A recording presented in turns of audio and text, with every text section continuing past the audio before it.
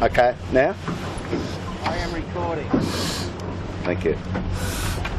Hello folks and welcome back. It's business day. It's the 14th of Saturday. It's the first race of the 2015 JJ. Sorry about being a little bit late, but technology's a beautiful thing. Mark Healy's here, Wasser's here, ready to rumble. All the boats on second rig. Number one course, fruity little nor'easter, Mark Healy. We're looking good, aren't we, for a good one? Yeah, it is, isn't it? It's definitely northeast course is good. Every single boat on a small rig, but it's kind of only just in small rig territory. It's a little hazy, a little bit patchy. Look up the race course. There's a lot more left and right shifts than we expect on what is often a rock solid northeasterly. But most importantly, it's the beginning of the big event for skiffs here in Sydney Harbour. Very exciting. 25 boats from mostly Australia, but a bunch of very competitive Kiwis that we saw yesterday. Different conditions today, but you know, yesterday was all about bragging rights. Today is where it starts to count. Only one discard, not a lot of room for errors. We saw Gotta Love It 7 talking of errors, going back to the dock after they'd launched with some kind of a technical problem. They're back out on the water, so hopefully they will be joining us. Exciting days. Warwick, it's going to be a good race, isn't it? Yeah, well, I hope so.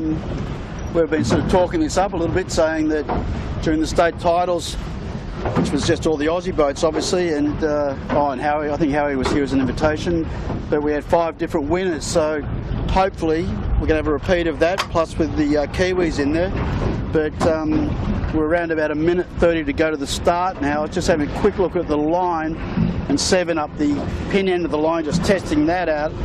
Just from my eye, and it's always difficult from where we sit, but it seems to me there's a little bit of boat bias. The pin doesn't seem to be too extended north, so that'll be interesting. But all these guys are getting to a point where they're getting themselves into the final approach. They've got to have to get their slots. This is going to be with more boats and the same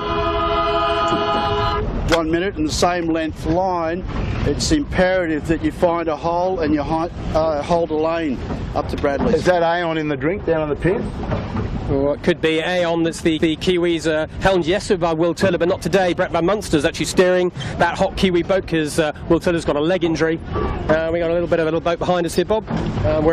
We're getting close to the start now. We got just over 30 seconds. You were looking straight down the line. And we've got a major here. We've got Harold Cudmore in the Aberdare looking to get below all this. Well, I think that's his own issue. Harold will have to sort himself out. Here we go. There is the 80-foot modern 18-foot skiffs lining up for a start. It's 25 seconds to go. That's John Winning Jandu, crazily early. He's got all sorts of trouble there. He's going to have to go all the way back round and get out of there. So that's too early. 15 seconds to go down the pin end. You can see Knight Frank. You can see the Gotta Love It 7 logo in a conservative position. It's all pretty hectic here. Race 1 of the JJ Giltinan 2015 about to start in 5 seconds time. Maersk line popping out in the middle. Oh, there's good compass markets hitting the committee boat virtually. Here's Howie Hamlin at the women end of the line. Individual. Down the far end of the line, we'll have to see what happens. Yeah, Warwick's just called that just an individual recall at the moment. That'll be Maersk. I think it was over. Yeah, very likely the Maersk. Looking at the fleet here, the right end of the line looks really nice. They're all kind of bow up. Normally on this race course, pin end seems to be the favoured place, but today, well, early days, but the right end looks really nice. We're seeing these right-hand boats popping their noses up. So we're staying with the right-hand group for now. We know the big issue here typically is the Bradley's Head. Who can get to Bradley's Head first, tack and cross? Well, I think at the moment it's looking to me, Warwick, I know we might regret saying this so clearly, it looks like the right-hand group are in the top seats. Yeah, no doubt. You know, it's a little bit of bias we're talking about, and just to recap, Ilve and Aon have had problems, but yeah, the right is super powerful right now. Howie Hamlin doing a good job. Rag and Famish, Thurlow Fisher, Compass just holding their lane, but they're struggling. They're just struggling to hold their lane.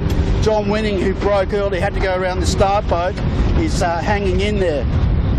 Smeg's looking also okay. I think 7 and Knight Frank down towards the left-hand side are going to struggle to cross. I think it's all the right hand at the moment, and I think it's probably the best of the two, a Kitchen Maker and Thurlow Fisher. Well, we're off and running. JJ 2015 Sydney Harbour. It's choppy. It is a Saturday. It's why we started 1 hour later than normal. So it's 4 o'clock local time start here in Sydney. Most of the rest of the race days we start, although all the rest apart from next Saturday is a 3 o'clock start. Just the traffic issue, but even with this 1 hour later, a busy Saturday in Sydney in the middle of the summer, well, plenty of traffic around. Part of the gig these guys have got to get through. But as Warwick was saying, at this end, we're with the leading group. It's good for us here. Thurlow Fisher, a little bit of a lefty, just as I said that. But this group, Smeg, Kitchen Maker, Thurlow Fisher, Rag and Famish, they're looking like they're going to get to Bradley's first. I don't see the hard left boats crossing them, but of the hard left boats, Mojo and Gotta Love It 7 looking like the best of those two. Well, those leeward boats, as we know, they're going into danger right now, so they've got to line themselves up to get out of there, Mark. You're absolutely right. We've seen this so many times before, haven't we? You get that big lull off that corner, but 7 doesn't have any options. Those neither does Mojo or Knight Frank. There's no way they're going to tack and cross this group. They've got to go all the way into the corner, but they get too greedy. As they say that, there goes Mojo bailing out, the first one to go. But she's going, exactly as you said, Bob. Knight Frank falling into a huge hole as they tacked. Gotta Love It 7 over there. We might keep an eye on them for when they tack. I mean, this is a big moment for them. Defending champions. They've won the last 5 events on the trot. Sevi Jarman is attempting to become the first ever 7-time winner of this event. Plenty of pressure on them. A lot of chat about that boat in the boat park. We'll and a Manly ferry in the race. But how will they get through this corner, Warwick? It's going to be exciting. You've got a Manly ferry, guys, rowed beside us, coming straight through this fleet. So look out for some action here. There'll be a horn going off. Stevie got out of there somehow. I don't know who did that. Well, he's having to take a couple of Stearns kilos. Mate, he was lucky to do that. Lumix under Asco. So Smeg will cross. So as we were saying a little bit earlier, the right-hand boats did well. The boats on the right. Asco just put Lumix back. Smeg just on the windward quarter. Thank you. Yeah, so there's more east in this breeze than I think any of us predicted. And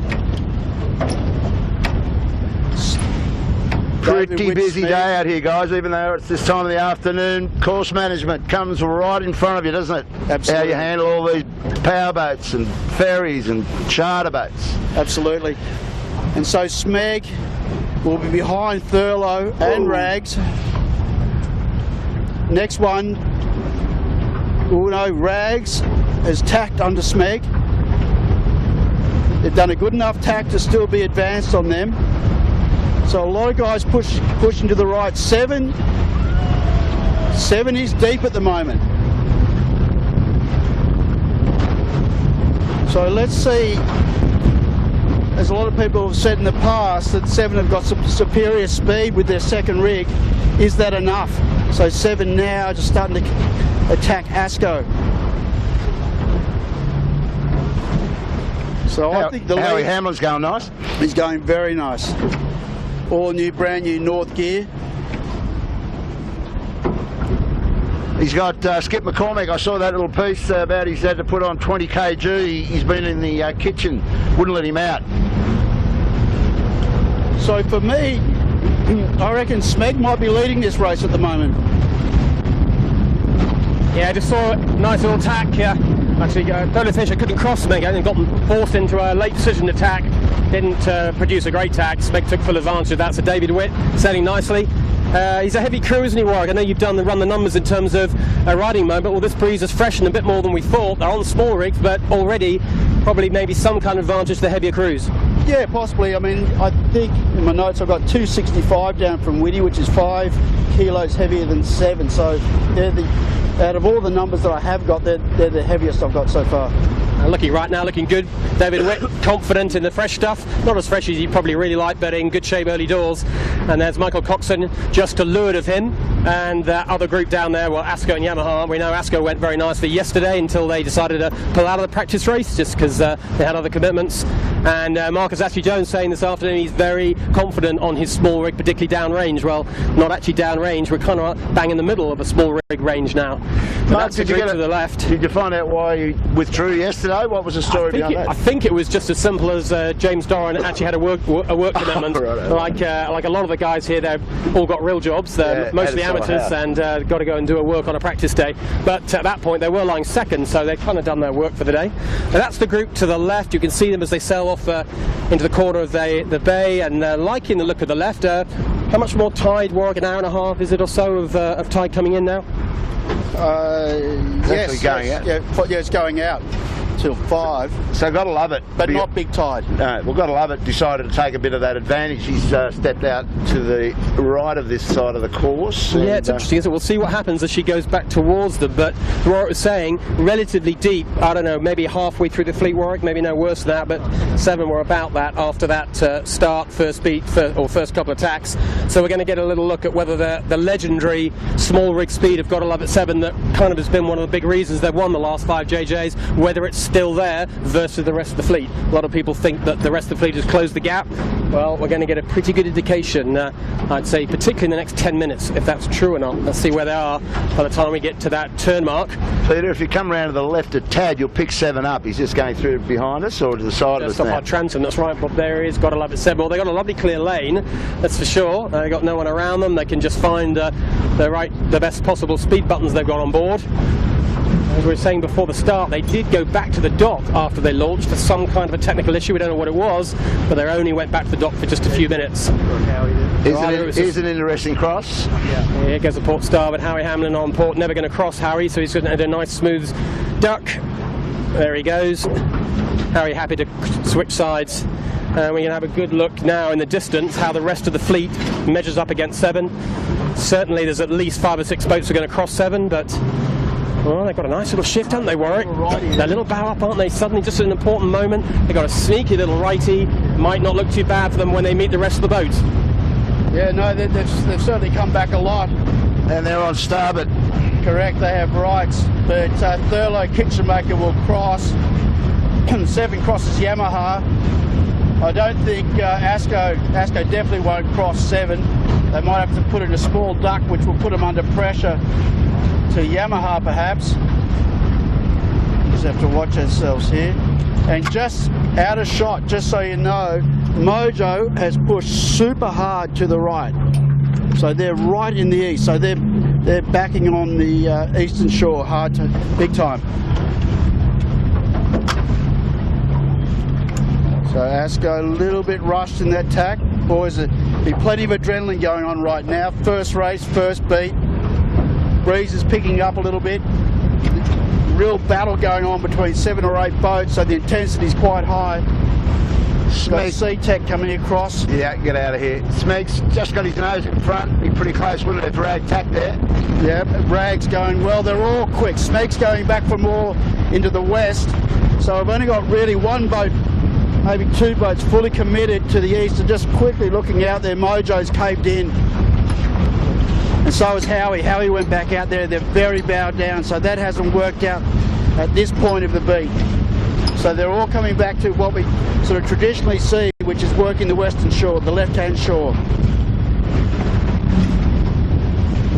I was just thinking, Mark, that must have been they on the capsize at the pin the first time, because they're not here, I can't see them. No, you're right, we haven't seen them at all. They're pretty distinctive with those dark coloured sails. I actually can see them at the back of the fleet, but they are pretty much DFL. That's last acronym for, and I think the capsize was the problem. So new crew, obviously Brett's just stepped into 2 new guys, so that might have been a bit of a familiarity issue, but not a nice way to start your first race of the JJ with a boat full of water. Anyway, coming towards us now, Gotta Love It 7 no doubt has pulled right into this leading group. So any questions about their boat speed, well, they're not too shy of it, that's certain. They're certainly not in the lead yet, but they have pulled into this group. But at the moment, Smeg is our leader, very closely followed by Rag and Famish. Not sure whether Smeg is going to cross in a second. Just watching on camera, there's Gotta Love It 7 being forced attack by Thurlow Fisher. Trying to do an aggressive lee bow, but I think Thurlow Fisher could just climb above. And we'll just watch how that develops now. There's Gotta Love It 7 ahead and to leeward, Thurlow Fisher to windward. I think we're going to see, yeah, there goes 7 turning on the turbocharger and the hype button, climbing themselves up. That's a very nice fitting for 7. Cocker won't be too pleased with that. That little mini battle within a race was definitely advantage to Gotta Love It 7. They were in the advanced position tacking admittedly, but they executed that nicely. Great tack under pressure from Gotta Love It 7. Well, around the front here, Mark, it looks like Rag's got the better of just look Smeg. at, just round on the front of us here, Peter. We've got our 2 leaders. We think they're the 2 leaders, pretty sure they are. And Rag, turn, Pete. there we go. Here's Rag and Famish, who's sailed very nicely the last few minutes, just lifted up over Smeg. On the left-hand side, coming to shop very soon, is Smeg, who's just going to do a very comfortable duck, not even a duck, actually just passes behind. So these are our 2 leaders. pushing this shore, as Warwick said. It usually does work, but sometimes we do see the boats out here then overlaying the Wimmer Bark, don't we? We've seen it several times this year, but maybe not too much tide to worry about this time. Yeah, Come round to the right, Pete. You'll get the cross right, with Mark. 7. And I think like both of these guys are safe to not overlay, but as you guys were calling, 7 definitely closed the gap. Now in 3rd place. So the running order right now, we have Rag and Famish first, Smeg second, 7 third, the Thurlow 4th, and then there's a bit of a split. You know, we got Asco out to the right. So, but those 4, but 7 moving through the pack. 7 setting up for attack. Thurlow Fisher just off their hip in a slightly menacing position. Sevy's Rory's just thinking, can we tack and cross? I think he's going to, but he's not an awful lot in this. He needs a good tack. Under pressure, Thurlow Fisher will be happy to call starboard, yet he's just got enough room to get across. Again, 7 relying on good boat handling to get themselves out of that tight little spot. Thurlow Fisher crossed behind. Cocker's going to want a nice easy lane up on his hip, and he tacks now. So we have 7 coming straight at us. It's not often we have 7 behind other boats behind us, but here's the challenge. 7 coming across on port. Looking to the left here, Peter, here comes Smeg. That's the duck on Smeg, and it's a duck on Rag and Famish. So still Rag and Famish lead, followed by Smeg, followed by Gotta Love at 7. But we're talking just the odd metre in this now, Warwick. There's not much, is there? They're virtually bow to bow all the time. It's just a matter of who has starboard rights. It does feel like 7's coming at this group. Yeah, I think you're right, Mark. They're just starting to wind it up. You get the furling, don't you? They've been chipping away and just coming at them and coming at them. And so I wouldn't be surprised to see the big red 7 turn this Boucher boy first somehow.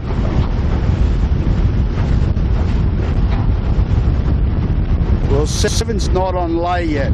I've just picked up the mark. It's very, because we don't use inflatable marks a lot of the time in Sydney Harbour, or the 18s don't. Some of these marks are really narrow and difficult to see. But 7's not on lay. I think Rag and Famish could be on lay. These guys will not want to be tacking again at this point. So we've got a real drag race. Heading back out to the right-hand side, getting close to the lay line. Asco coming back out of the right has been hurt, but a great drag between Rag and Famish. Thurlow, Smeg in the dirty air, in the gas. Rag and Famish is getting hurt. Thurlow's just breathing. Rag and Famish in a good spot, and as you said, 7 had a nice clear lane to get back out to the right, and so, you know, these guys, except for Rags, might be slowing each other up a little bit. Certainly Smeg's getting hurt. I can see them, they're slipping back just a few boat lengths. Yeah, 7 have got a double tack, haven't they? They're not laying, which I'm sure they're not. I mean, the only thing is with Smeg choosing to sit in the dirt there, Warwick, maybe they think they're very close to lay. They're not keen on tacking out, are they? So you'd think Rag and Famish are confident they're going to get to this the lay line, but yeah, 7 are not going to lay. Here's just ahead of us off our bow. Yeah, Smeg's bailed out quite right. That was Smeg's bail out. I think they probably should have done that, didn't they? They heard a lot there. Anyway, back to our leading group. There is Rag and Famish right on camera now. To leeward, there's Thurlow Fisher. And ahead is Gotta Love at 7, who's tacking now. Just to the left, you'll catch them up there, Peter. So they've got to tack. Question is, they have starboard rights, which is nice. Can they get to Rag and Famish? I've got a feeling they can. This is a really critical part of the race here. Close one, isn't it? You'll see here, Rag now got to make a decision. Yeah, they're not going to duck. They've had to tack, so Gotta Love at 7 have control of this race. That's interesting. Rag thought they couldn't afford to duck and lay. They're probably right, looking at where the boy is, but there's nothing between these 3 boats now, but it looks like 7 has control. 7 goes now. Wow, look how little time they spent on starboard. I wonder, Warwick, if Rag could have ducked and made the buoy there. Maybe not, but here we go. Right by the buoy at the first mark for the turn. The answer is Gotta Love at 7 have got themselves up to first. They go round Mark 1 in the lead, but not by much. Just a couple of seconds ahead of Rag and Famish, who have been our leader all the way round up until this just very last 30 seconds. Third round, looks like it's Michael Coxon, Thurlow Fisher. All pretty easy bearaways here. Not a lot of breeze for these small rig guys. Experienced skiff sailors, no drama at all. Fourth round, that's Smeg, David Witt and his team. Next round is the first Kiwi, that's Knight Frank. These are the boys who've had all the form in Auckland so far. We've been told to look out for them. Going very nicely indeed. And Mojo, yeah, Mojo, Warwick, they went hard right. They're the one boat of our top group that didn't go to the left. A little too risky early on, do you think? Oh, look, I'm not going to comment on that. Those guys, you know, class acts, they know what they're doing, but they obviously saw something there. But Knight Frank having a little bit of a problem with their set, lost a bit of time there. Now Mojo goes for the set. Asco, Kitchen Maker, they've had a good beat. Next Kiwi around, Yamaha. C-Tech has rights on Howie. Howie had to do a late tack there, Howie Hamlin, Team USA. And Lumix haven't had a great beat by their standards. Well, C-Tech could hit the mark here, and this is not a soft mark. This is a hard mark. Oh, well done. Got away with it. Well done, boys. I think they dropped the main sheet, didn't they? Actually, Cam dropped the main sheet. Not like him, he's a very polished operator, but allows Howie to scream around the outside. A lot of short tacking there. No one likes that at the end of a long beat, do they? The crew are going, oh no, we haven't laid, it's a double tack. All pretty busy at this end. Anyway, next round, that was Panasonic Lumix, you saw that, and now it's Compass Global Markets. And Appliance is online. Disappointing day for them yesterday in the practice race, but they're hoping for better things today, but a lot of work to do. And there is DeLonghi next round. Simon Nern, Grant Rollerson, and Kieran. And the next two are going to be Pure Blonde and Hare, and then Aeon that you mentioned a while back, Bob. I think her and Merce going to be bringing up the back of this particular group. Sean Langman as well out there, Fisher and Paykel. That's the back markers. In the meantime, our front markers are screaming off downwind, a long way away, but we'll do our best to catch up with them. Here we go. I didn't see John Winning Shandu go around that mark. Did you guys? John Winning? Absolutely right. I didn't see him. And some kind of an issue. I mean, we saw him get off the start line. We were right alongside him, but no sign of him since then.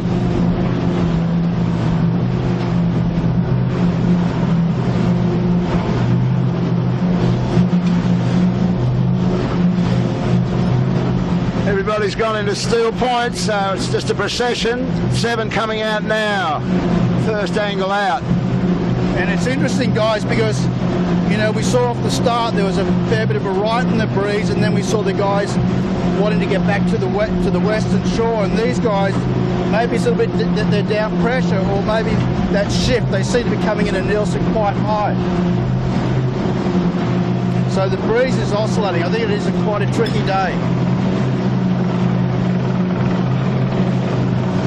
Not just standard northeasterly, is it, which we often have here. There's Appliances Online doing a nice job of rolling Compass Global Markets. Quite hard to overtake on a leg like this.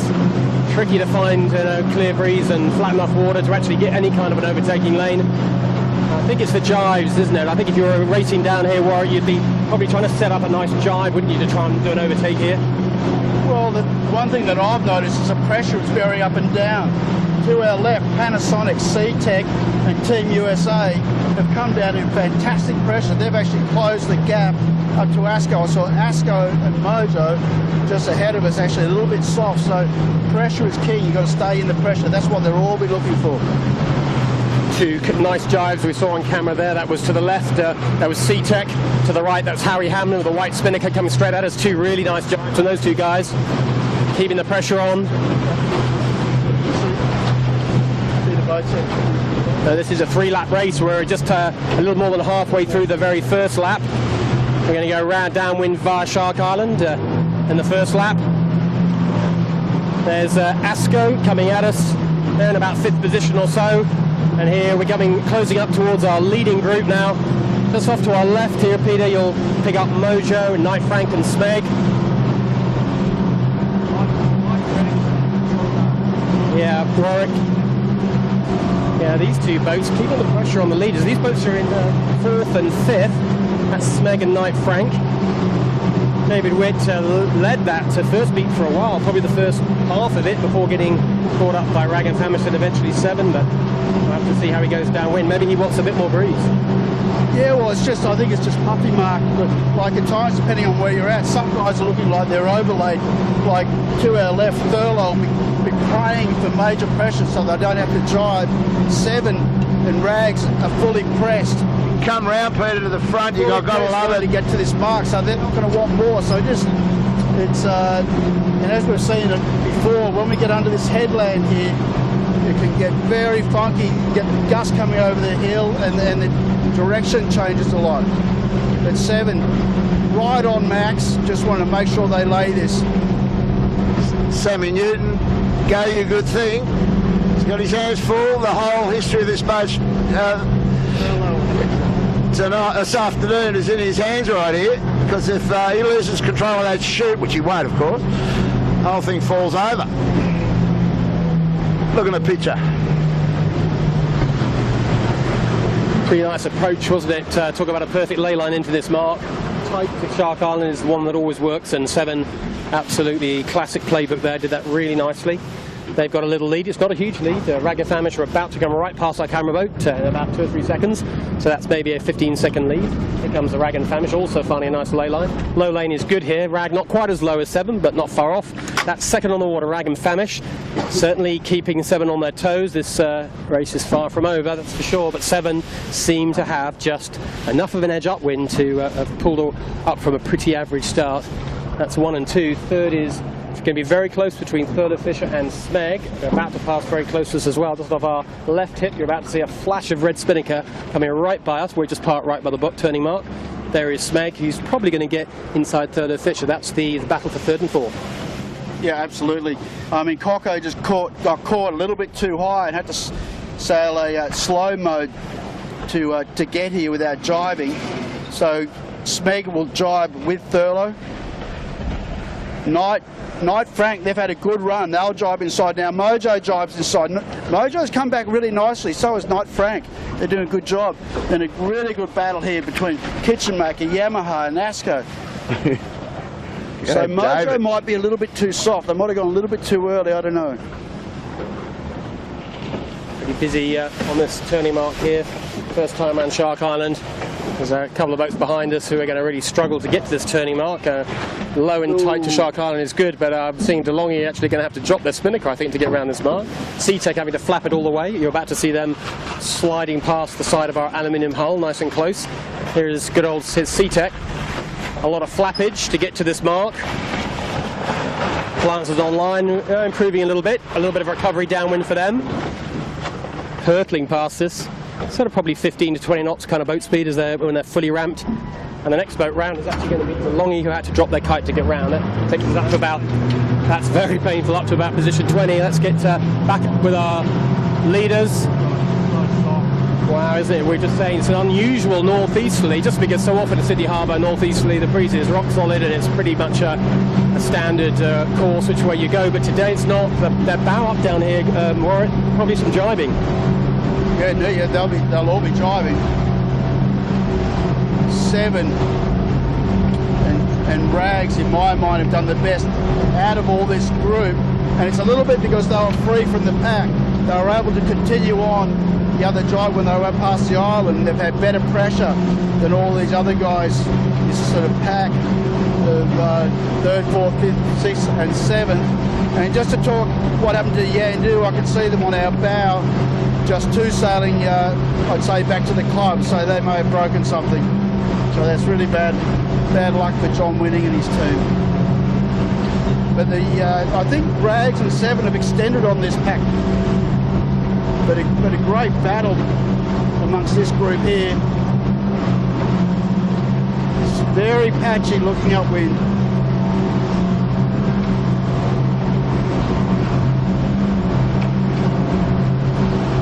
Seven setting up for their jibe.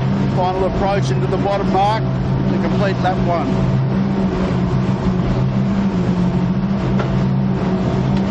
Yeah, bad news for John Winning, who's a confirmed retirer of race 1 here. But this group you're looking at now, this is the battle of the 2nd, 3rd and 4th. Very little between them. Knight Frank's held nicely down here, but I think, as Warwick mentioned, Mojo, probably one of the best movers down here, that didn't have the best beat, got themselves out hard right, which proved to be not the way to go tactically, but they've come right back into this race. They could be 3rd by this bottom mark if they handle this next little piece nicely. But back to our leader, he's got number 7 about to go round Mark 2, or Mark 3 if you count Shark Island, but at the bottom of the course for the first time. 1 lap completed, gotta love it, 7. Current defending champion, winner for the last 5 years in a row, starting off as they hope to continue in a pretty impressive first lap by them after a reasonably average start, but they pulled right through, sailed nicely since then. But second round, Rag and Famish, that delta was what, 15 seconds, Warwick? Give or take 15 seconds, let's call it that. Not much between these two. And then coming straight at us, here we are on Port Ley Line. Lots of action here, Smeg and Mojo are coming straight at us, and Knight Frank coming from the other side on starboard ley line. Well, I think Smeg have done Just enough here, handled that nicely. David Witt and his guys. Yeah, wasn't it? Very late drop. Knight Frank jibed away early, was probably quite lucky. Made the decision easy for them. And Whitty's guys, that's Matt Walk on the front, showing the value of having an extraordinarily strong fit bowman, pulling off the tough manoeuvre very nicely indeed. He goes round in third. Knight Frank take it nice and wide in fourth, looking for a low lane. Mojo, they'll be pretty pleased with that after their first beat. Back right in this race. Yamaha having some big boat handling issues. They've forgotten to turn the corner. They're well past the mark. And Thurlow Fisher getting themselves caught. Yeah, there is a big issue. I think Michael Coxon just didn't think he could jibe, or quite sure what happened there. But anyway, he's had to do it. You don't see Thurlow Fisher doing that very often, do you? In a full Horlicks. No, I don't know. There's something's gone on. That they've had problems with their control lines of some nature because, as you said, that's not normal for them. Howie just slamming it in there with the chute. Skip McCormick. Exactly. Just get more on hamburgers. Appliances online, so geez, that's hurt Thurlow Fisher. Trent Barnabas still inside the boat. Kitchen Maker, oh, there's going to be collision. Kitchen Maker and C-Tech. DeLonghi's in trouble. No, they've saved it. Oh, Yamaha nearly takes out C-Tech. They're in trouble. They're in irons. Kiwi Cuddle. Yeah, Compass Global want to be careful here. They've got to make sure they can get clearly inside Yamaha. Now Yamaha's away. So it just shows you, you know, you get to these bigger events and you get a bit further back in the pack. There's pressure on boat action, and those mistakes start arising. I think it's pressure, isn't it? Because they've done that manoeuvre 101 times, and even the most polished guys at Thurlow Fisher, that was a real mess by their standards. Yamaha, well, I mean, they approached that mark about 2 minutes ago. They're only just leaving it now, and they've somehow borne away, done a tack, done a jibe, all sorts. Still in trouble. So all very odd. We'll maybe have a chance to talk to them after the race, find out what was really going on, but maybe it's just one little problem leads to another, that old syndrome. Anyway, that's the end of lap one. Or it's a funny old day, as they say. It is a small rig just, but I reckon if you're on a big rig, you'd be alright today as well, Warwick. It's never really freshened up, is it? Downwind, they would have loved to have a big rig, most of those guys. Simon Nern tacks away on the DeLonghi. They just need to find some clear air. Now we're looking at the fleet ahead of us. That's the whole fleet pretty much. Got to love at 7 in the far distance, still on starboard, heading towards Bradley's. And the rest of the 20 plus something boats in front of us, all trying to find a lane, trying to find some kind of answer to Gotta Love It 7's initial speed advantage.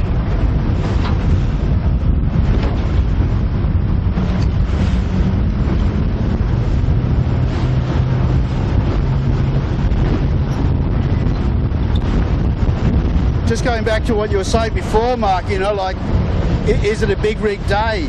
And I was there, and 7 were rigged up before anybody else with second sail on. And I was sitting on the bench with Whitty and a few of the guys, and Whitty was saying, what we've got, it will not get any harder today. And that's pretty much what's panned out. And if we look at it, they're only just into their second sail, aren't they? And we've seen at times where it really, you wanted your big sail on. So it's tricky. But I think it's almost like 7, this might be going a little bit too far, but 7 almost set the pattern to get the rest of the fleet to follow what they wanted to do, perhaps.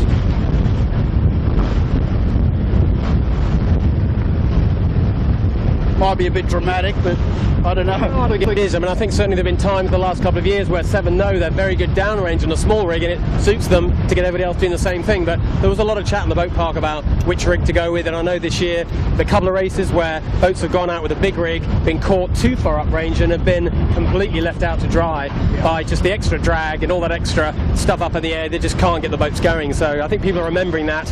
A marginal call just happens to be, well, now we're actually right back in small rig range as we are. Us armchair sailors are easy for us, isn't it? But right now the small rig is the right thing again. It was just that bottom mark, as often happens, the bottom of the course, lots of boats going around a buoy, and just a lack of sail. They're all falling into a bit of a hole, but the leaders didn't have that problem. They, of course, had more breeze. So as often happens, the guys in the front just keep extending. Well, 7 extended on drag, huh? Off they go. Mojo and Knight Frank are two good movers. Yeah, we'll see, won't we now? Who can extend? Can 7 just keep stretching out with a boat speed advantage, or will we see some other boats? I know you like the look of Mojo here. Yeah, well, Mojo's done a very good job considering where they were at the first beat. You know, just through that, they had rights on Smeg Well, no, actually Smeg went to tack underneath and in front of them, but then Knight Frank has done the same under Mojo, so that's hurting Smeg. So Mojo, in my mind, has moved up to third. But what's out of picture is, I think that 7 is extended on Rag since the bottom mark. Quite significantly, actually. But what a great battle for third, fourth and fifth. Just a drag race out to the left. Mojo, Frank Knight, Smeg, 2 Kiwis versus the Aussie, Lee Napton, into the 18s for his first season after super impressive record in the 16-foot skiffs. Doing really well. Yeah, I mean, nothing wrong with Lee's performance this year, that's for sure. All conditions, light and tricky, breezy, whatever. He's got the skills and he's got a great team with him. Got a decent boat, nice setup. So a very tight little battle between these three. David Witt to leeward of them, probably the heaviest of those 3 crews there. Not managing to use that weight advantage right now as he is. We're only just, as we were saying, into number 2 rig range. He will want the breeze to freshen a little bit, but these 3 deciding this is the side of the beat they want to go. Smeg just bails out of that one. And no big surprise there, but in the meantime on the other side of the course we'll catch up with them a little bit. Bottle Up at 7 and Rag and Famish, just to bring you up to date, have gone the opposite side of the beat. They've gone the hard right, and those 2 are pretty close together tactically. A little bit of extension to 7 is what Warwick reckons he's seen. I think he's probably right. They're almost so far away from us it's hard to call it, but certainly 7 not struggling on that side of the course. We'll wait till both these groups come together to see who's been right. Interesting, look at Mojo hanging on the windward side of Knight Frank. They are very determined to go left, aren't they? That must be starting to affect them there. They're awfully close. But Lee Napton really likes this side. They're gone. Yeah, they're about to get spat. He's pushing this left side, isn't he? He really likes it. We're about to see our Mojo tack. Let's check out the boat handling skills. Knight Frank just trucking along nicely. Well, he must be just enough off the hip to live there. So these are our 2 hardest left boats, currently lying in 3rd and 4th, probably, maybe 5th, but certainly in the leading group. Both of them recovered, didn't we? Actually, Knight Frank, Warwick, you mentioned Knight Frank had done nicely up that first beat. Not the best start, and a run, yeah, nice work from them. It's a full-on arm wrestle, fellas. It is a full-on arm wrestle, Kilo, and you know, I just thought of it then. This is not just Aussie versus Kiwi in the cruise. It's North Oz versus North New Zealand as well. And there's a bit of niggle going on. Frank Knight's trying to say to Lee Napton, come on dude, let's get out of here. But Lee's going to push him into this power boat. You watch this. It's going to be like the old match racing thing. He's going to push him in there, he's going to push him in, and he's going to bail out. You watch this. Yeah, go boys. Could have pushed him in there a bit harder, I thought. He could have. It's not an obstruction, it's just a boat. He could sail to leeward. Didn't have to tap, didn't have to give him water. Just keep going. So yeah, in fact, maybe they'll get you later. Yeah, it'll come back to haunt him. And in the distance, looking off their bow, you can probably just see the 2 boats, Rag and Famish, the dark sailed boat. That's in second, and to the left of them, there's the 7 logo. Got up at 7. That's our leader. So that's the 1-2 ahead. These 2 boats are in 3-4, and look, they made an extension they've made on Smeg. Just to the right there, Peter. If you just pick up Smeg for a second, here is Smeg. She was completely alongside these 2 boats, tacked away. She has put 1 extra tack in, but the distance between them is an awful lot more than just 1 tack. So clearly Mojo and Knight Frank knew exactly what they're up to, pushing that hard left. Also, 2 guys, what I've noticed is Appliance Online, Mika Lane has come back to this. He was quite deep on that, very deep in fact, on that first beat. And I had a quick chat to Mika before they left to go on the water. And I saw Coco playing around with his big rig, Cox and Sony, that is, from Norths. And he just said, I just don't feel comfortable with my big rig, but I'm really happy with my second rig. Yeah, I was surprised to see them so deep at the top mark. They were, but they have come back. The run and this beat at the moment, they've obviously got it all dialed in nicely now. They're right back into this leading group. And I think Asco's stepped into this area of the race. Absolutely, Asco and another boat that were saying that they really like the small rig as well. And a lot of people seem to be comfortable with the small rig more so than the big rig. And certainly, and Berg actually have all said exactly that thing. They're all in this leading group, so we're keeping our eyes on Asco and Appliances, the 2 we've been talking about, and just to the right of them is Smeg. And the two other boats we were watching, well, that was Knight Frank and Mojo, they have tacked back in towards this direction. So in about a minute or so's time, we're about to have a little look at them, see how they do with Smeg. They're coming towards us. Let's keep our eyes on this little group just for now. And the other two are going to join us. And this is a nice little battle. Generally speaking, the left side of this beat seems to be favoured. Is this tide, Warwick, breeze, or what do you reckon's in it for them? Keep it moving, Killer.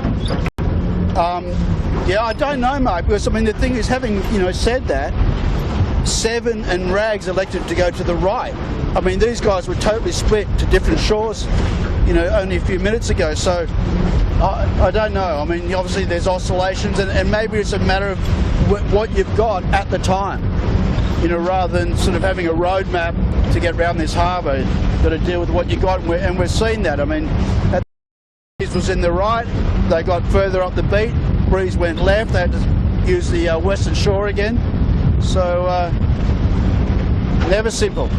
But this is a fantastic battle that's going on between Mojo and Knights Frank. And at the moment, Mojo has just got the slight upper hand. I think Lee Napton likes those sort of grunty exchanges, arm wrestles. In the 16-foot class, they have a lot of that action, don't they? They sit right in front of each other, just keep grinding away. Well, it's kind of proper one design, isn't it? If you're in a laser fleet, that happens 20 times on a beat. It's normal, it's just in the skiffs. With 20 guys.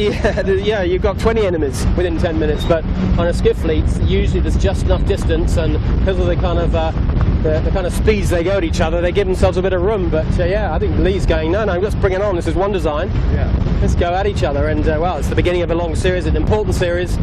Your result in the JJ Giltinan is a thing you're going to remember for the rest of your career. If you ever get on the podium or win one, that's a big accomplishment on your sailing CV. So Lee's taking this pretty damn seriously, as he should do. So there he is, heading the hard left again.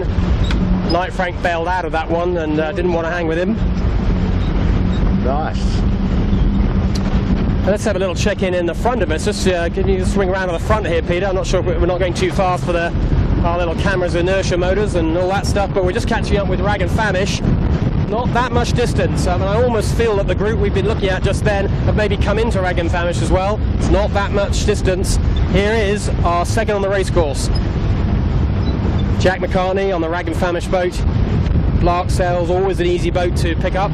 Heading hard left as well. When they tack, we'll see them lining up with where God Love It 7 is. You'll get a good perspective of the distance between 1 and 2. So here they go. Nice bit of freshness on this corner. Maybe a bit of convergence in the breeze. There's a bit more over here, isn't there? Well, that's a horrible tack for them. They went a little bit of a lull just as they did it, and the boat didn't really quite turn enough through the tack. Anyway, off they go. Anyway, just to our left, you might be able to pick up God Love It 7, who's just crossing their bow. Just concentrate on Rag just for a second. So off go Rag on port, not going to lay yet. They've got a little bit more starboard yet to do. And just round to the left, Peter, I know they're a long way away. Let's have a quick look. Got to Love It 7. That'll just give everybody a view about where our leader is. So, as we were saying, Got to Love It 7 are just eking away bit by bit all the time, moving away from Rag and Famish. The kind of little speed advantage that allowed them to catch up with the pack. And the first beat, well, they're doing it all over again, and now they're just extending and extending. They're going to have a lead of, well, at least a minute at the top mark, Warwick, maybe even more. Yeah, I think there might be a minute in it. And just while we're talking about Cooper's Rag and Famish, I think I'm pretty sure they're the only boat that's running a full Ullman setup. Brucey Hollis, the sailmaker here in Sydney, has been chipping away at this class for many a year. A lot of the guys defected and went across the north, and others to Daly. But Jack McCartney stuck with the Ullman thing, and C-Tech Mast, and a lot of them would not use Ullman spinnakers, but he's using Ullman chutes, and there's nothing wrong with his boat speed, is there? No, nothing wrong. It's a brave move though, isn't it? The whole rest of the fleet's going with different gear. You've either got to be very, very confident or just someone who likes taking a risk. But Jack's pretty calm and confident with the route he's gone with his rig, and well, right now he's showing good reason to be going just fine. The only one boat out of a 25 boat fleet seems to have the legs on him, and he's pretty good with the rest with this particular setup. So there they are. They're also a reasonably heavy crew as well, I think, aren't they? They've got Pete Harris at the front. He's won a JJ recently. He was on the bow of God Love It 7 a couple of years ago when Sam Newton was off in America doing an America's Cup stint. And plenty of grunt on board that boat, plenty of expertise. Skippy along the boat, looks quick, a little bit of bow out of the water. Nice amount of windward heel. Jack loves a bit of windward heel, doesn't he? Let's see how the tack goes. Better than the last tack, hopefully. Oh, look at, it's a little better, isn't it? Not the best, but a little bit better, and off they go. You're a hard mark, really? Oh, I'm a hard marker on that, only because I've seen them do fantastic tacks. So they've set the standard themselves, so it's really their own fault. When they're good, they're absolutely brilliant. So good work from them, off they go. So that's on starboard, that's our second place boat. Up at the front, we're about to see our leader. He's going to be on ley line now for the top mark. So got 11 at 7, just about to approach the top mark for the second time. And Mark, they go straight down to Clark this time, so it's a VMG run. Yes, VMG run, so they're going to be searching out those paths. We reckon it was pretty puffy on the last downwind leg, but because of the course, they didn't have many tactical options. Well, they have all the options in the world now. Around they go, got 11 at 7. Our leader, the top mark at the second time, extended significantly. Warwick's going to give us a delta on that. See how big the lead is. Decent set from them, and it does feel a bit, Bob, a bit deja vu. Have we seen this before? Oh, well, Jesus, the wheels just turn faster on that thing, number 2 rig nor'easter, there's no doubt. The wheels are just going round quicker. And second round, we're nice and close to the buoy. We're in a good position here, aren't we? We can just see them screaming past us. Just here we go, Peter. Second boat around is going to be Rag and Famish. We've got them going upwind, and we'll just see them do a nice little bear away. They'll have no drama here. Certainly a few months ago we were up here when that big storm came in with big waves, and yeah. I think we saw something like 15 capsizes in a row, didn't we, from the fleet. Big time. That video is available on our YouTube channel somewhere if you want. It's worth digging it out. It's pretty spectacular. So 44 seconds is the delta between 1 and 2. There's Rag and Famish on the hoist. Pete Harris giving it big arms. Off it goes. And still close between Mojo and problem. Just Hadid cleats has gone. Not there. That's not the way to catch. Got 11 at 7. Unfortunately, it's the little errors, isn't it? If you want to put the lead under pressure, everything's got to be close to perfect. Well, they'll sort that out. They've still got a bit of a Hadid problem. The 18-foot skiff arm wrestle continues. Just so there's a bit of a gap between the third boat, but third and fourth. Mojo and Knight Frank, they've got like a bungee between them here, and they Warwick. They just don't want to let go of each other. But Mojo is keeping the One Design fight going. They're managing to keep themselves ahead. It feels like a match race, this too. The way these two are going at it. Mojo looking to come around in third, joined at the hip by Knight Frank. And a little bit of a gap after that, it will be Smeg. Rags has still got problems. Rags has still got problems with their chute. The chute's just come down again. So maybe the Hadid cleat's gone. So Mojo and Knight Frank, nothing. And they go around about 44, pull at 44. So they're about a minute 10 behind Rags. So let's see what happens here. Yeah, right. Wonderful down there. You can't go down without a spinnaker in these conditions, that's for sure. So it does look like kind of a cleat issue. A few seconds later. Next around will be Smeg. They'll be a little disappointed that they've just dropped off the back of Knight Frank and Mojo. Probably David Witt will be saying, well, next time we're going to stay with these guys and keep it a One Design race and just see if we can out-tack them and not split away. I think we'll see him staying with this group now. Still haven't, Rags still doesn't have a chute up. So this could be game over for them. Bad news, isn't it, at this point in the race? Pete won anyway. Michael Coxon's come back into these chasing guys. Next around here, this is Asco coming straight at us. You can see we're confident in their boat handling. We reckon they're going to bear away. Plants is online, rolls over the top of the group. Oh, no rights there. Coco saying keep clear. Got to give water to Harry Hamlin, the inside of those 3 boats. Good action from these 3. Harry is the only boat to jibe away. Oh la la, jibing away down speed. I think they're just going to save it. Yeah, they saved it. Well done. Well done, lads. That was just a few determination, wasn't it? I'm not sure how he told the crew there's a jibe there. They looked a bit surprised that he turned the corner. Be prepared. Yeah, well, if you're the inside of 3 boats, not a bad thing, is it? If you've got a VMG run coming up, not a bad call. Absolutely. No, you've got to mix it up, clear air. They can dictate what they want to do now without being dictated to. So the Kitchen Maker is our next boat around.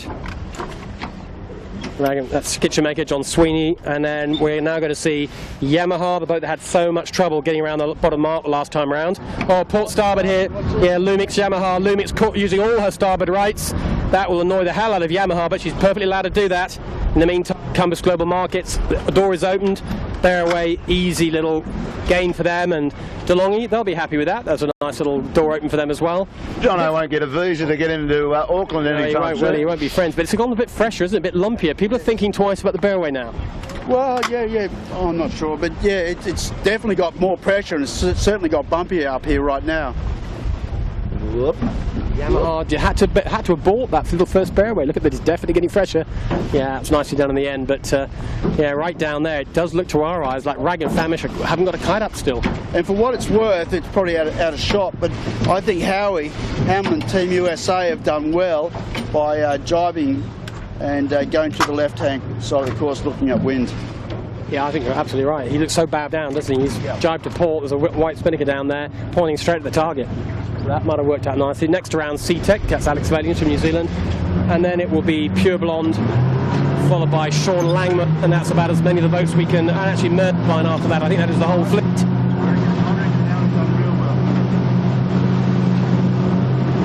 You know, just talking about Team USA, there's some smart heads on that boat. You know, there might be a bit of age, but very smart heads. And Dan Phillips. I think they've absolutely nailed it. They've smashed.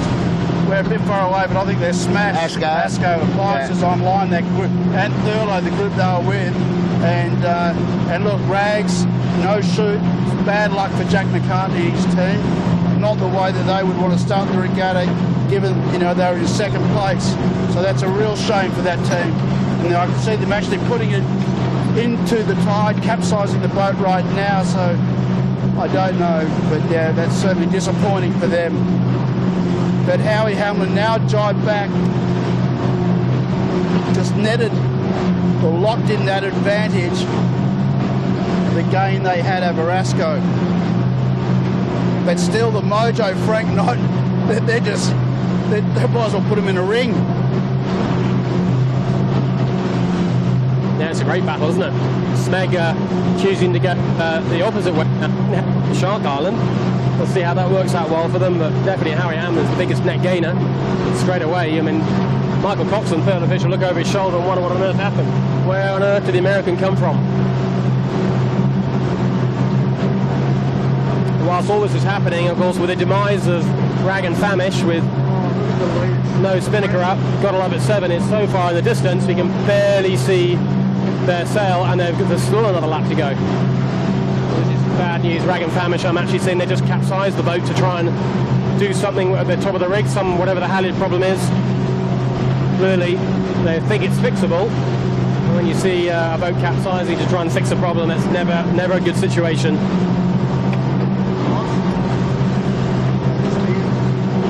So this will be interesting. We're about to get the cross between Team USA, Howie Hamlin, and Asco. We were saying Howie had got a big advantage from where we sat. We're a fair way away there, but now we're about to get a clear indication of exactly how those two theories on that run panned out. And Asco driving there maybe tells me that they've made a gain. The only thing is, as this breeze increased, has Howie overlaid. I think he's all right. I think he's done a really good job. So a battle between these four is a good one as well. Yeah, it's close, isn't it? Yeah, I think Asco might have judged this big cruiser here, the good ship Seraphin, I think was just a little bit too much of an obstruction for them. Nice position for the cruiser to be in, just watching the boats race around them. I can't believe their luck. It's an Oyster 125 apparently. 125 foot of Oyster. That's a production boat, amazingly, but about as big as you get it for a production boat. Down here cruising, you would do in the Southern Hemisphere this time of the year. Yeah, so great battle. Also, Harry Hamlin, he's on a lovely line. He certainly hasn't got the wrong side of the lay, and Smeg is coming towards him. Well, Smeg was definitely in the group ahead, really, and Harry Hamlin, he's moving right up into this group, isn't he? I don't think David Whitt will be pleased with his choice of downwind direction. He's lost out by going left. Harry's had a fantastic run. Beautiful work. We're a bit away from it, but I think also too, Knight Frank's had a fantastic run. I think they've done a number over Mojo. 10-4 on that. Absolutely right. We'll get down and look at the deltas, but you're absolutely right about that. Knight Frank have moved up into a solid second position. Just watching, there's Harry. Harry rolls into the jibe. Interesting, he likes that side of the run. Yeah, he likes the left. So he's going to try and get a bit more of that leverage out there. Because Mojo was in the right on the last part of that run, looking upwind, and Knight's Frank was more to the left, and they've actually done a number on Mojo, I believe. We're going to have a little so there is Harry Hamlin. Just to the left of him is Smeg, who's just jibed. That's about ley line for the mark. You wouldn't want any further than that, but David Witt's got a heavy crew. He thinks he can probably lean on that and make the ley line work for him. But no question, the white spinnaker of Harry's caught now. Come round to the front, Pete. There's here we go. The arm wrestle continues, although it's been spread apart. They're very long arms right now. Mojo in hot pursuit. Gotta love it, 7 went round the mark about 30-45 seconds ago. I think Knight Frank have actually might even caught up into 7 here a little bit too, but they've had an outstanding run. You got a slight problem? No, they're okay. They're good. They've got a little wide rounding, isn't it? They're probably they missed the mark by about 10 boat lengths, but they sell a superb run though, no question. Knight Frank goes round second at the bottom mark for the last time. Just 1 lap to go. Fantastic downwind performance by the Kiwis on Knight Frank. Mojo about to come into shot now. David Witt's caught up. That's the distance that Mojo lost out. Well, not that much in the end, but still a differential. And yeah, as Bob just said there, quite right, Smeg, who did not have a great beat, and at one point looked like they got burnt on that run. Well, they've come right. They played the last piece of the run beautifully, went the same side that Harry Hamlin had. That's right-hand side looking downwind, left-hand looking upwind, and Smeg's right back into this. The Smeg goes round in 4th. I think Asco are just going to get 5th, Harry Hamlin just 6th, and that's our leading group. I tell you what, bit of a yeah, he has, and he does actually makes it inside. Little surprised by Thurlow Fisher in this. We would have thought Thurlow Fisher would be right in amongst this group, but they're struggling to hang into this group. Plants is online, a big improver from their first beat, and they've had another good run. They've closed up into this group again. We're now looking at positions sort of 7, 8, 9, 10. This is a battle to have a single figure result. And you certainly will want to start your first race of the JJ with a single figure result. If you've got any possible hope of being top 3 by the end of it, you've got to be in the top 10. There's a Lancers online. Next round will be Michael Coxon on Thurlow Fisher. A little surprising not to see him up in the top 3 or 4. I haven't quite seen what's gone on with him, Warwick, have we? He's just been a little bit off this leading group all the time. Yeah, he has. I'm not too sure. I mean, we've had so much action, it's hard to keep up exactly what happened to everything. But just on the stats centre here, just first or second, we don't know. It's as Kilo says, it's another postcode at the moment. But second to third is 15 seconds, so that's. I think Mojo was ahead of Frank Knight, although sort of locked together at top mark, so that's advantage Knight Frank. Then a 12-second gap from Mojo to can't even read my own writing. But it's that. Who was 4th? Good question. Was that Mojo? No. Or you said Mojo? No, after Mojo. Smeg. I tell you what, who's would probably be a bit disappointed is Yamaha. Having another real problem. And DeLonghi, they've got out sympathy with it. 2 capsizing on this mark. What is going on there? Pull off the boat. I mean, Yamaha had a dreadful bottom mark last time. They've just done the same again. They just seemed to capsize to windward. The bow went up, and the boat didn't have any leverage on the sails. They just fell over, capsized to windward. I don't know what on earth happened with DeLonghi. I think the helmsman fell off the back of the boat, but we'll talk to them and try and work it out. How strange things are happening in this boat race, aren't they? The pressure of various situations is amazing how it changes when there's an important race happening. And DeLonghi, the boat handling is normally absolutely smooth as you like, but that looks very ragged. And Yamaha, what are they up to? We're going to be talking to both of them after the race, I think, find out what's going on. Hayley's going to be looking after the interviews for that. Hayley's been running social media, is running the whole week. Our social chick, Hayley, don't mind me calling that to you. I'm just going to have a quick chat with her. What's going on, Hayley, on the social media front? Are we getting any comments from anyone? We've got a bit of action with 7, letting everyone know that they're nice and comfortably in the lead. And there's some action on obviously trying to capture those double capsizes just there.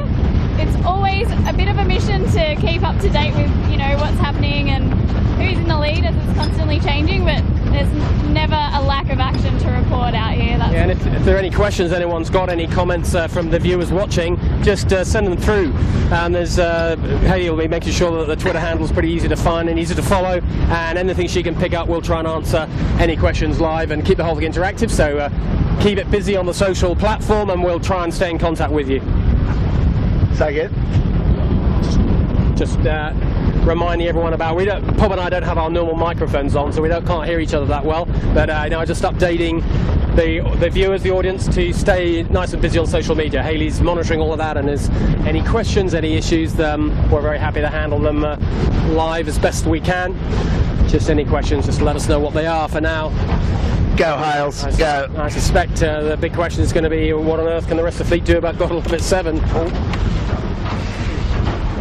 Just You've got to keep watching for it. totally missed that. Your eyes on. Sorry, Jono. Well, sorry, everybody, sorry.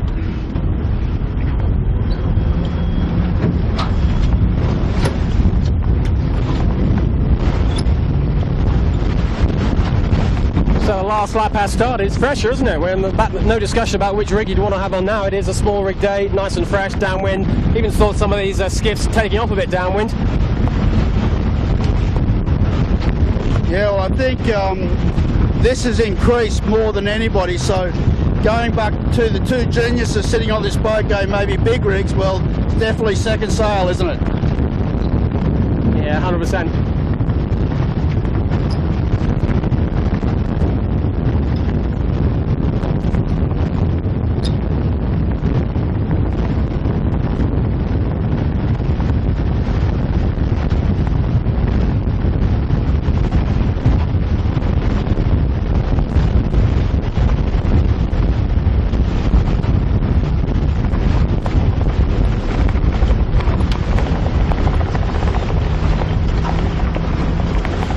So we're set up nicely behind. Appliances online. They got a bit of work to do if they want to get right up onto that podium, but it's probably not going to happen for them in this race. But they will be encouraged by a better performance they've had in the second half of this race. They can see the job they've got to do ahead of them. It is possible, isn't it? We do see overtaking on this course, certainly downwind. We got that Shark Island buoy to get round on the last leg downwind, so they won't have given up hope completely, but I'll probably just say, well, they'll get a top 10. It's a counter for day one and live to fight another day. Yeah, for sure. It's, for sure on two things. They're tacking. There is overtaking opportunities, and interesting, out of shot Mojo has gone hard left early. Knights Frank has gone for the right hand shore, so Mojo is trying to get some leverage to have another attack at Knight Frank. So I think there's overtaking opportunities both upwind and downwind, but as we know, with the speed of these boats, things can happen quickly on the downwind. So who we got in second? Knight Frank? Knight Frank Okay. second. So just to recap the placings at the moment, we've got 7 out in front. Australia, from New Zealand, Knight Frank.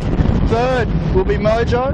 Fourth will be David Witt and Smeg, followed by Appliances Online, Mika Lane. So just to come back to your comment, Mark, of bagging a good result, I think if Mika can get to the end of this day and have a 5 and a counter on day one, that will be good enough, I'd say. Good way to just have a platform to move forward.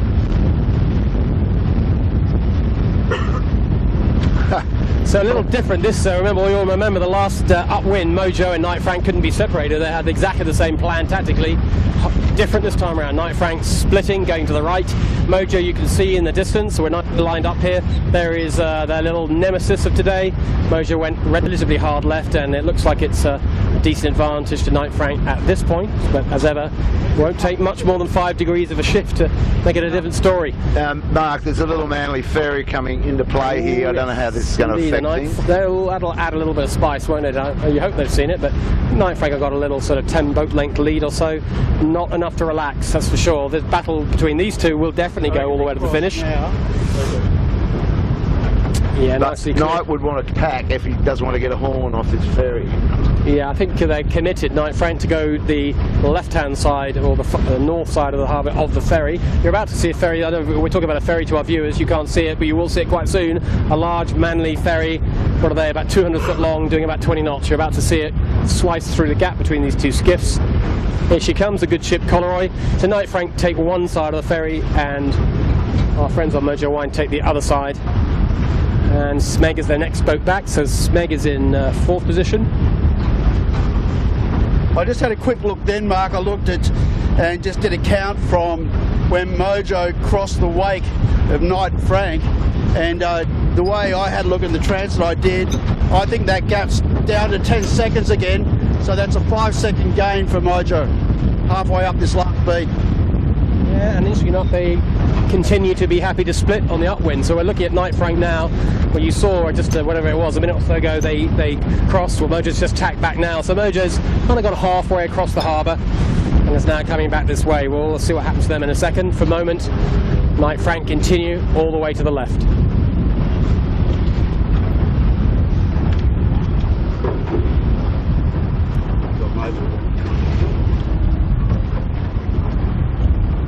So it's actually been it's a little bit overcast, but it's a great day for sailing. I mean, they got a nice second sail, got flat water.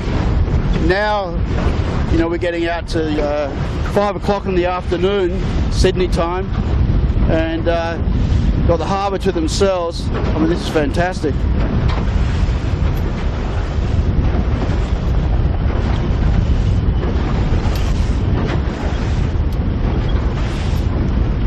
So Knight Frank pushed out to the left in the last sector, Mojo out to the right. Now we're coming back to where they converge again. Mojo's caught up, in my mind. What are you saying, was? Yep, well I reckon they're probably, Knight Frank's on Mojo's bow now, so we'll just count that when they cross their wake. Well, once we get around the Butcher Boy, it shoots on down to Shark and then to the finish, so this has set itself up for a ding-dong for sure. Probably about the same kilo. It's probably about 10 seconds. Okay, and I mean, obviously it's inaccurate the way we're doing it, but they're having a good battle, and it's certainly not over, is it? No, well, you're going to have to buckle up for this run to Shark and then the finish, because you've got Smeg lurking with intent. Yeah, I think so. And Asco's not far off everybody's radar either. It's going to be a huge little run to the judge, I think. Asco and Howie Hamlin, but you're right. But I think Smeg definitely lurking with intent, not losing out to these two, if anything, closing up as well. And I think they'll be encouraged by their performance, Smeg on the second half of that last run, where they definitely came right into these two. So David Witt's not given up a shot at being on the podium today. Off far in the distance, Gotta Love It 7 is our relatively comfortable leader, so she still remains in first position. The more interesting part of the race for us viewers is what's happening in this battle for 2, 3, 4, 5. Hard to say right now how it'll end up, but at this point, Knight Frank right in front of us there. Nice little open setup, isn't it? Quite soft on everything. Soft jib setup, soft main, plenty of twist. Boat looks pretty light on its feet. Trucking along very nicely. Mojo feels to me a little more kind of lots of sheet tension, a bit more pinned in, a little bit sort of slower through the water, maybe a little bit higher. We'll see what happens. Mojo very bow up right now. This is going to be a lot closer, this cross, I think. Here we see Knight Frank on starboard, Mojo on port, but Mojo in a nice little lefty off that shoreline. Knight Frank's going to cross Warwick, but I'm not sure she's going to cross by an awful lot.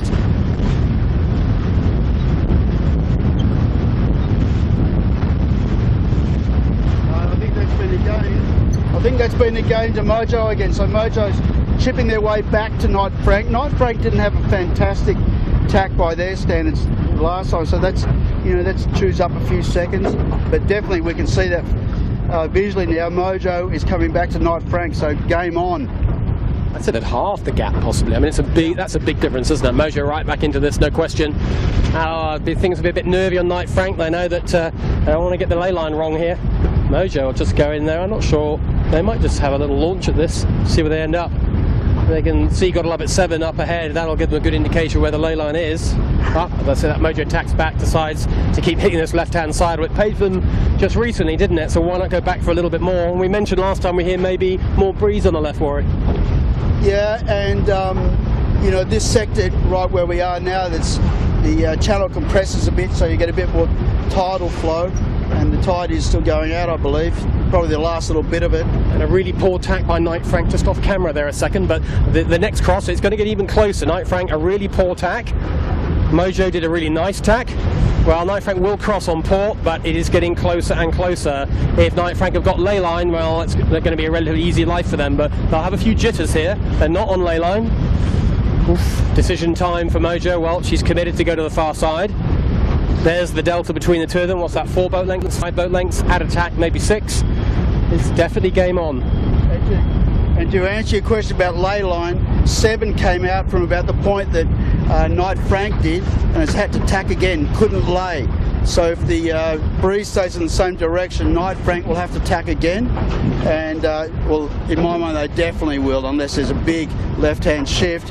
And Mojo's marginal, so this could be a big game changer here for second and third. Yeah, it's interesting, isn't it? Mojo just might have got the ley line from all this far out. And certainly to say, we'll see now as we're coming round, there is Mojo, and to the right of the picture there is Knight Frank. And off in the far distance you can just see Gotta Love It 7, who are going around the top mark for the last time right now. That's our leader, clear leader of the race, top mark for the last time, just the run down to the finish via Shark Island. That gives a really good indicator of these two guys, where on earth this boy is. It's hard on this visibility with this cloud cover to actually see these relatively small little yellow navigation marks here in Sydney Harbour. And Mark, Gotta Love It, this is how I'm reading it, Gotta Love It has shoot up, he's heading for the judge, he's going to Shark Island. The fun is really about to start, I believe. The real points behind 7 are all about to unfold in front of us. Knight Frank, Mojo, Smeg, Asco. These guys are really going to put their race faces on, because there's some good points right there, isn't there? And I reckon the intensity is going to go up under Spinnaker. Do you agree? Yeah. Lots of points on offer here. No one's going to touch Gotta Love It 7 today. That's a story we've had to tell many a time. It's hard to put a new spin on it, because it's kind of the same story. Just didn't start very well, but just got too much speed. And the boat handling's just fine, and they're positioning the boat. All the usual stuff that works, and they're just that much quicker boat. In the meantime, the rest of this fleet are pretty close, actually. There's not much between these two. A great battle between them. So who's going to come second, third and fourth, boys? Come on. Well, Knight Frank going to stay there? Heat's coming on. Yeah, I'll go Mojo. Mojo second, Knight Frank third, just for a bit of fun, just to toss What it up. about David Witt? They're obviously all doing an awesome job. I'm just trying to spot this mark. Oh no, okay, it's right on their bow. So yes, Knight Frank had to tack. And do another one. Yes, we'll have to tack again, 2 tacks. Mojo is on lay. So Knight Frank, tight lay for Mojo. Oh, now, no, they're comfortable now. Ooh, so Knight Frank, a little bit uncomfy in that tack. Will round first. They're a little bit high off the mark, so they're in at 54. So we're coming up, 54, it's 5 seconds, 5-second gap. So it's about who can do a good set here. Knight Frank got the shoot up well. Get her on, boys. So they're on, Mojo, they're up. Now it's about getting it on and getting the throttle open. And you can see 7 weighing the distance between them almost. 7 will come through that gap between them. That was a There's great the red battle, wasn't shoot. it? Well, just what we kind of hoped would happen for the sake of the viewers was a double tack from Knight Frank. It's best close as you like between those two. Who knows what's going to happen? I think the slight race hardening that Mojo have had over the last few months might give them the edge, but they've got to overtake still. Knight Frank doing just nicely. Well, you watch Smeg explode into these two Spinnaker angles. That's 4th around. Smeg has just gone right to the right here, Peter. Not sure if you can just pick up Smeg. We're sailing alongside Smeg, have just gone around the mark, right alongside us, just launching the kite. Very nice hoist from Smeg. They go around in 4th position. It's a big ask for them to catch up to the 2 ahead, but any mistakes ahead, well, they'll try and make something of that. And next around for you, just to bring you all up to date, is Asco will go around in 5th. Harry Hamlin sell another good little beat. He'll go around in 6th. Tight behind them is Appliances Online. And then it'll be Thurlow Fisher, it'll be Kitchen Maker, and Panasonic. That is brings you to the top 10. Decent gaps between most of those boats, but Asco and Harry Hamlin and Team USA and Appliance Online, that's a nice little ding-dong battle between the 3. We'll have a look at that as they close in on the finish. For now, right in front of us, it's Smeg, it's David Witt with one of the heaviest crews, maybe the heaviest crew, is that right, Warwick? Yeah. Probably the heaviest crew. Okay, what's in about 5 kilos, but maybe just never quite enough breeze to really use advantage of that leverage today. But decent day for David. Day 1, got a counter for sure. Yeah, no, very good day. One thing I noticed then, I was just watching Whitty then, he's really sailing the boat over the top of them to weather, which is a really hard, uncomfortable thing to do when you're out in the wire, which you're getting that lee helm, and the lee helm's trying to push you off the boat, and it's uncomfortable for the guys. But what he's trying to do is, milk all the BMG out of it, like the depth out of it. But it's at times can be quite uncomfortable. Well, I'm going to put Smeg on the podium. There you go. He's in 4th now. Punchy. Very punchy, but I think there's a lot of action in front of us, and it's going to be raunchy action. Well, at the moment, Smeg are just screaming down the side here. They got a lovely bit of extra breeze as they approach the beach of Nielsen Park, and they're setting themselves up for a jibe. And there they go through the jibe. No worries at all for them. Very nicely executed indeed. A lovely exit angle from Widdy there on the helm. Did it absolutely beautifully. Yacht just come round, Pete. We've got a bit of Widdy. No, he's going to get through, but it's unsettled him. Yeah, that's our battle. Now, back round the front, I think if we can handle that, Peter, with the camera, the battle for 2nd and 3rd. A cruising boat tried to get involved in that. Well, both of them got past the cruising boat. There's Mojo jibing now. You're having a little look at it. Knight Frank have done nicely, haven't they? They just made a little tiny extension on Mojo. In the meantime, Gone Love at 7 have gone round the mark off Shark Island, and they are soon to jibe to head for the finish. But we're looking at the 2nd place boat on the water. That's Knight Frank, under immense pressure from Mojo as they approach that top mark. I was pretty impressed with their bearaway. Actually, it was a down-speed bearaway with the boat breathing down their neck. Terribly easy to screw that up, but they did that nicely, and they kept their cool, charged down here, done the right thing, a couple of nice jibes. Only possible issue here is they're a little bit high for this next mark. You want to be as tight as you can onto Shark Island as possible. I think, actually, as I say that, a big gust comes and they look rather smart here. Well, the thing was, you know, it's just so up and down. Like I saw 7 a minute ago, they were very soft as well. So trying to pick the angle is obviously very, very difficult. And this breeze up and down look what's happening now. Now that's dangerous. Yeah. And be careful. But I was just watching them, you know, a minute ago before they got in this soft patch. That is so much fun in that stuff when there's flat water, 2nd rig, everything's comfy. And you're just doing, you know, just macking it out. It's just, you know, perfect 18-foot skiff or skiff sailing conditions. Yeah, but you see, you go from nothing, you know, as you say, mapping it out, fully arced up. It's tricky conditions for the forward hand. Mojo just behind, coming into them a little bit just now. That little tricky bit that we saw Knight Frank doing there. Mojo didn't really have that. Either executed a little better or maybe just had a little bit more luck on the puff. Mojo hadn't had any of that slow flapping spinnaker piece that we just saw. Mojo just charging down here, closing the gap. And I say that, Knight Frank ahead of us, having another issue, running into a bit of a hole. Mojo keep charging into them. And it's just a soft lift. It's a soft lift, as it were. That's what's really happening here. Well, it just went just a big hole. A lot of bunkers around the hole. Like Mojo, just got a line of pressure they've sailed to them with. We can visually see what's happening now, and you're right in that they are getting lifted as well. So this is opening up the chance for Mojo to jibe inside Knight Frank. Knight Frank now going for the jibe. And my boat, David Witt, is coming low, was it? Ooh, close race here. Really close. Woody's on great pressure. Mojo's going to roll them. They've done enough. So lead change, 2nd to 3rd. Mojo into 2nd. Knight Frank into 3rd.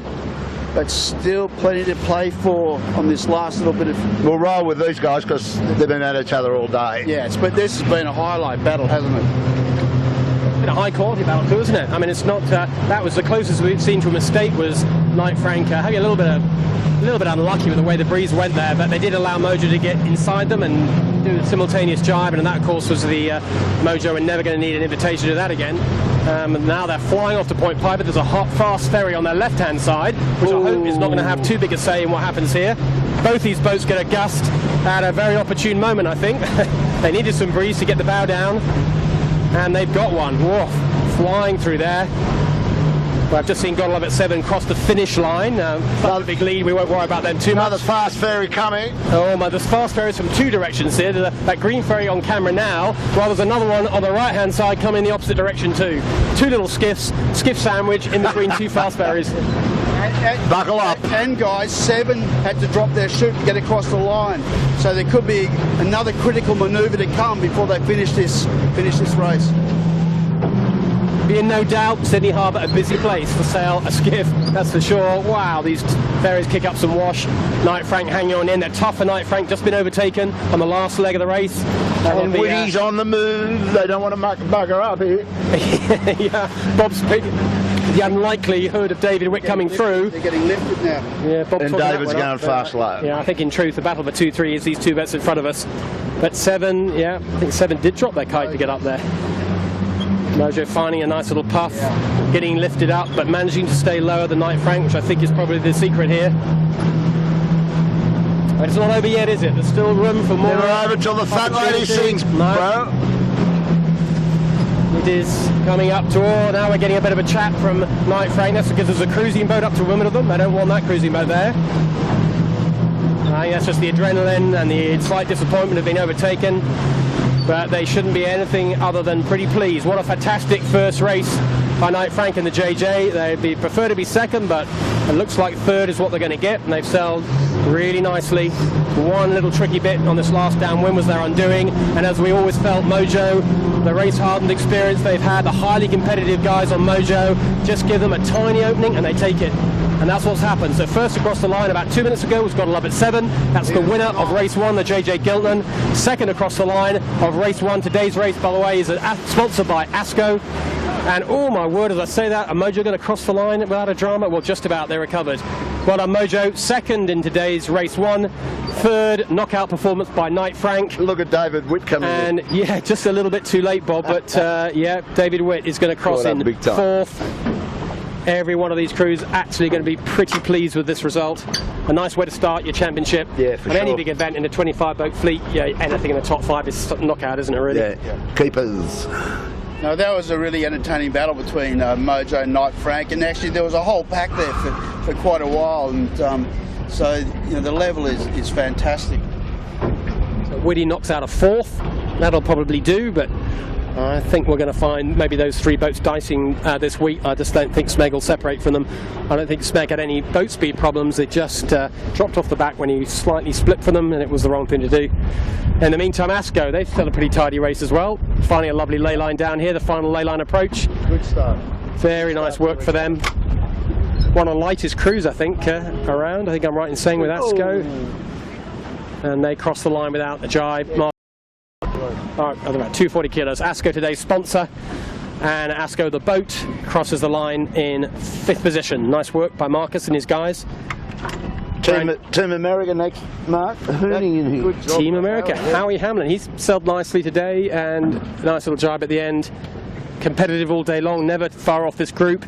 Showing plenty of speed, no question he's going to be a podium finisher this week.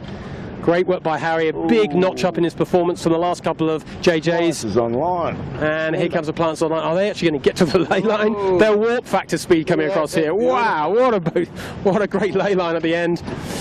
Mika will have enjoyed that last little bit of the heart pumping action. Nice to give the race committee a bit of a wake up on the committee boat too at the end there. To say, hey lads, we are here, we are doing 20 knots at you. You better hope our rudder doesn't come off at this point. Cocko's next. Yeah. So that's the battle for 5, 6, that's 7th, I think. 7th was the Planters online. If we're counting right, Michael Coxon, he will be disappointed with an 8th. Just because he's used to being in the top 3, and today's conditions, we would have expected that. Not sure what happened to him. And 8th is not a bad result, but if you're one of the series favourites, 8th is probably not good enough. Remember they had a problem at the bottom mark with the halyard? They lost a lot they'd there. attack instead of jibe. But I think they were already a little bit on the back foot at that point anyway, for some reason, which I didn't pick up on. Could easily, you're right, could easily have been some halyard issue that maybe stayed with them the whole rest of the race. That would have affected them for sure. We'll try and ask him after the race. That's Kitchen Maker crossing the line next. We'll try and have a chat with Thurler Fisher. And now it's Lumix in a nice tight battle with SeaTech, the next Kiwi boat to cross the line. Panasonic Lumix followed very closely by the 2 Gingers on SeaTech.